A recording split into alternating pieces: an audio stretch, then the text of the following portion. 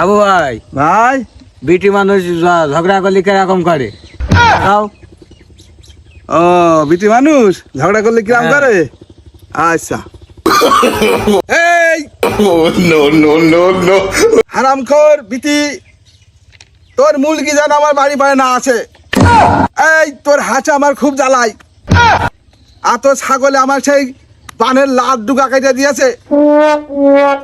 বেচতে তুই আমার বাড়ি আটপি নে, আর তোর ছাগলে যেন না আতে, তোর মুরগিও যেন না আতে, বুঝলি ভাই? বুঝেছি ভাই, অনেক ভালো হয়েছে ভাই, অনেক ভালো। এই নাম করে ঝগড়া কালে। বুঝলাম, তুমি কিছু পারো।